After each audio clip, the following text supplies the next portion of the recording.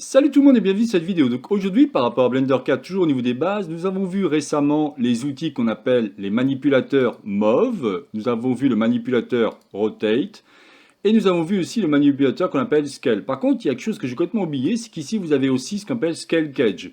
Qu'est-ce que c'est que ça? Quand je viens ici, vous voyez, on a plein de petits points qui va permettre de pouvoir redimensionner votre forme si besoin. Donc il suffit de venir à cet endroit-là, par exemple, et vous voyez, on va pouvoir faire quelque chose comme ça. Bon, c'est une autre manière de travailler si besoin.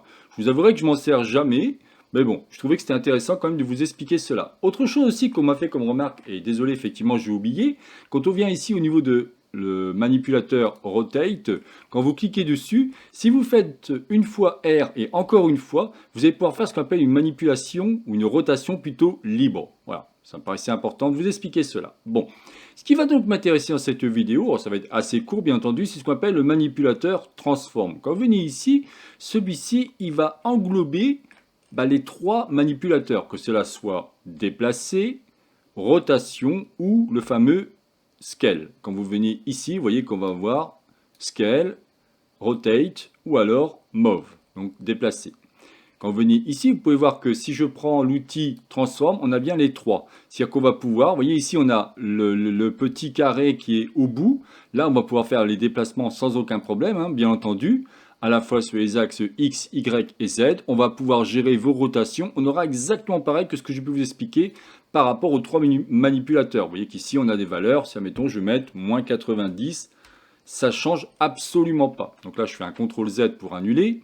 Peut-être une dernière chose, lorsque vous manipulez en fin de compte vos objets, vous verrez que quand on fera des objets très simples au départ, vous allez voir qu'il y a plein de façons de faire. Par exemple, si je fais ça, je fais ici une rotation et après je vais pouvoir, pourquoi pas faire un scale. Donc là, je vais prendre touche S et faire quelque chose comme ça.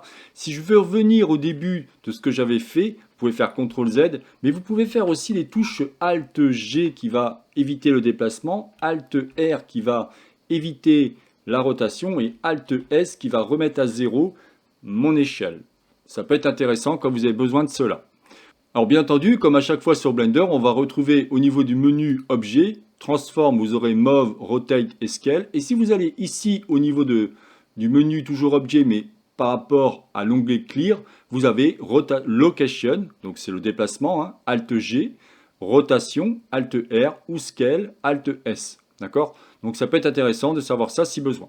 Voilà, écoutez, je n'en dirai pas plus par rapport à cette vidéo. Je voulais vraiment vous dire, vous allez voir, c'est des petites vidéos assez courtes, assez rapides, mais ça va vous permettre de voir comment cela fonctionne.